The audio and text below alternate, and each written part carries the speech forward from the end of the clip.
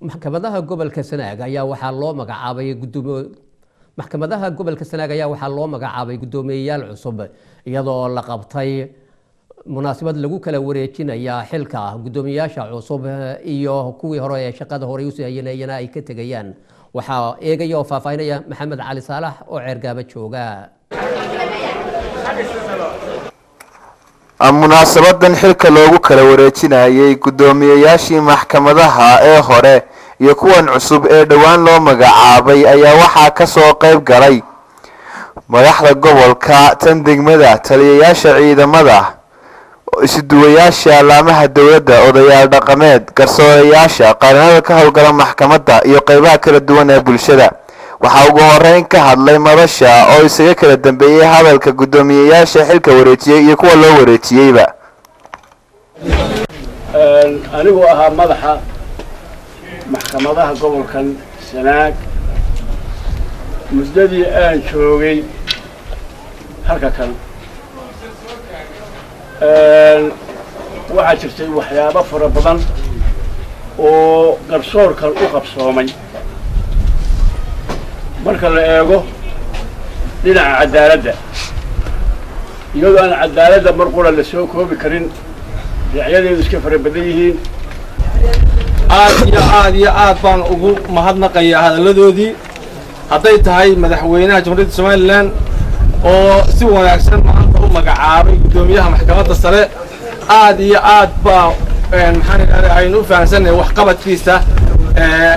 iminka cusub gudoomiyaashan cusubna ee la magacaabay iminkana insha Allah iyagana waxaan rajaynaynaa inay waxqabad wanaagsan u horseedaan gobolka anigu iminka waxaan halkan ku hayaa oo aan ku wareejinayaa gudoomiyaha cusub ee maxkamadda 70 dacwadood oo aan hayo